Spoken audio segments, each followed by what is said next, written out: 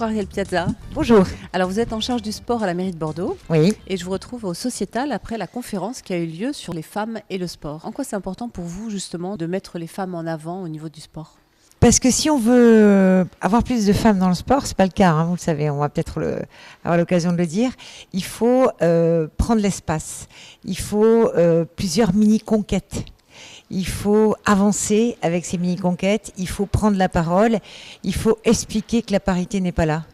Il faut expliquer que cette parité, c'est pas un gadget du tout, et qu'il faut repenser le sport avec les femmes. Et puis, il y a une singularité, une sensibilité féminine, il y a un prisme féminin qui fait que nous, on a une autre manière aussi de jouer, d'arbitrer, de prendre le pouvoir pour prendre les décisions.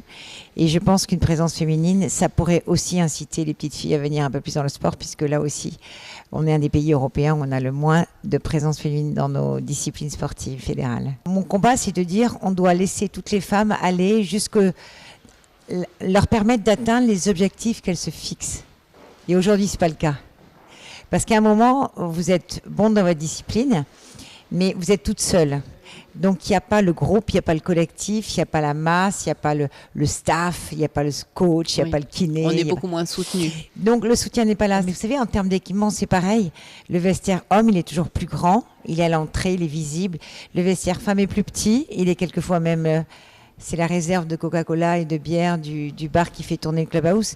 C'est vous dire qu'en fait, il y a aussi une façon d'accueillir la femme. Et je pense que c'est pas grand-chose, c'est des petites choses. Mais il y a quand même 3 axes importants. C'est une couverture médiatique plus importante. Et ça, si on ne nous aide pas, on ne pourra pas le faire, nous, politiques, responsables, nous, actrices du sport féminin. Je pense qu'il faut changer aussi cette façon de commenter le sport. Parce que on a l'impression qu'il n'y a que les sportifs masculins qui font des heures de travail, qui sont courageux, avec des valeurs de dépassement. Non, les femmes, c'est pareil. Il y a une telle mise en valeur d'un côté et si peu de l'autre qu'on a l'impression que le sport féminin, c'est là encore, c'est peut-être juste en claquant des doigts qu'on arrive à être championne. Non, pas du tout. Voilà, donc en fait, une couverture médiatique et puis après sur le terrain, parce que c'est dans l'éducation, dans les valeurs éducatives qu'il faut changer aussi. C'est dans la cour de récréation. Puis la 3e raison, c'est nos fédérations. Il faut qu'elles s'y mettent. Il faut qu'elles s'imposent aussi dans cette parité. Parce que le sport, c'est aussi la santé. Et je vais même jusqu'à dire que la femme est l'avenir du sport, parce que je pense qu'on évoluera très vite, très bien, en pleine harmonie, dans un bel équilibre.